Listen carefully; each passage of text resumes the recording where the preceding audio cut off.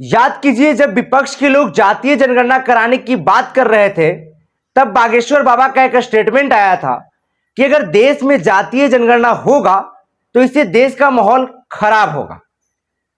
अब जब बीजेपी की सरकार कह रही है कि हम पूरे देश में जातीय जनगणना कराएंगे, तब बागेश्वर बाबा चुप हैं। अब ऐसे में लोगों को मन में सवाल चल रहा है कि क्या बागेश्वर बाबा बीजेपी के एजेंट के तौर पर काम करते हैं?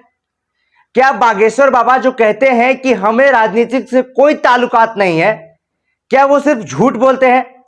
अब ये सवाल सबके मन में चल रहा है। आइए इस वीडियो में हम इसका जवाब जानने का प्रयास करते हैं। याद कीजिए, जब विपक्ष के लोग कहते थे कि हम पूरे देश में जो है वो जातीय जनगणना कराएंगे, इससे जो गरीब लोग हैं उनको काफी मदद मिलेगा, तो बागेश्वर बाबा का एक स्टेटमेंट आया था। उस समय एक टीवी 9 भारतवर्ष के कार्यक्रम में पूछा गया था कि अगर पूरे देश में अगर जातीय जनगणना होता है तो क्या यह सही रहेगा? तब बागेश्वर बाबा ने फटाक से जवाब दिया था कि नहीं, अगर पूरे देश में जातीय जनगणना होगा तो इससे देश का माहौल खराब होगा, देश एक अलग दिशा में चला जाएगा। लेकिन अब सवाल यह है कि अब तो बीजेपी की सरकार जो है, वो नरेंद्र मोदी जी की जो सरकार है, वो खुद ही कह रही है कि हम पूरे देश में जातीय जनगणना कराएंगे। हालांकि यह बात सत्य है कि बीजेपी उस समय भी कहती थी कि हम नहीं करने देंगे। बहुत सारे नेता ऐसे कहते थे। यूपी के सीएम योगी आदित्यनाथ का भी स्टेटमेंट आया था कि जो लोग जातीय जनगणना की बात करते हैं, जाति में बांटने की बात करते हैं, उनके अंदर दुर्योधन का डीएनए है। ऐसा स्टेटमेंट यूपी के सीएम का भी आया था। बागेश्वर बाबा ने भी कहा था कि देश अलग दिशा में जाएगा। लेकिन सवाल मेरा यह है कि जब अब बीजेपी की सरकार कह रही है कि पूरे देश में जातीय जनगणना कराएंगे, तो बागेश्वर बाबा चुप क्यों हैं? एक भी कार्यक्रम के दौरान उन्होंने नहीं कहा कि यह गलत है। तो अब सवाल तो खड़ा होगा कि क्या बागेश्वर बाबा के अंदर में इतना हिम्मत नहीं है कि वो बीजेपी से सवाल करें?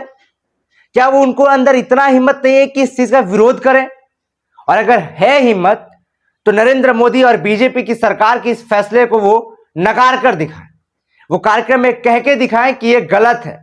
अभी भी वो अपने बात पे अटल रहे तो माना जाएगा कि आप बीजेपी के एजेंट के तौर पे काम नहीं करते हैं।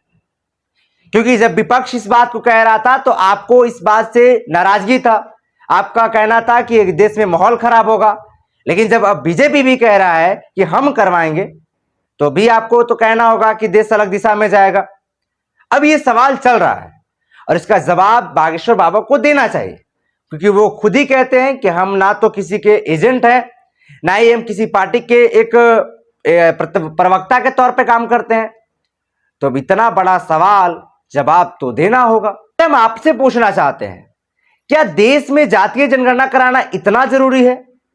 क्या जातीय जनगणना होने से देश में लाभ पहुंचेगा गरीबों को?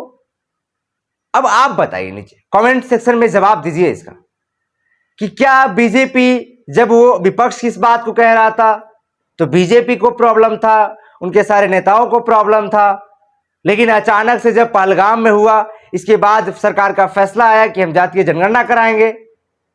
देखिए, पहले तो कंफ्यूजन इसलिए पैदा हुआ कि जब बीच में पहलगाम का मुद्दा चल रहा था, उसी भी सरकार का फैसला आया कि हम जातीय जनगणना कराएंगे।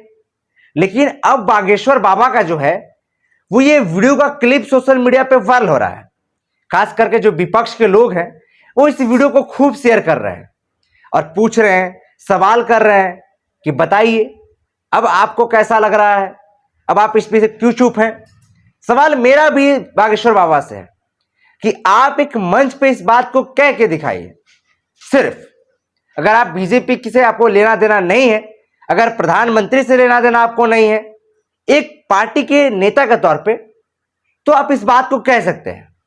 और अगर आप इस बात को नहीं कह रहे हैं तो समझिए कि दाल में काला नहीं, पूरा दाल ही काला है। बाकी इस पे आप क्या सोचते हैं वो हमें नीचे कमेंट सेक्शन में आप जरूर बताइएगा। साथ ही साथ ये भी बताइएगा कि देश में जातीय जनगणना होना चाहिए या नहीं होना चाहिए।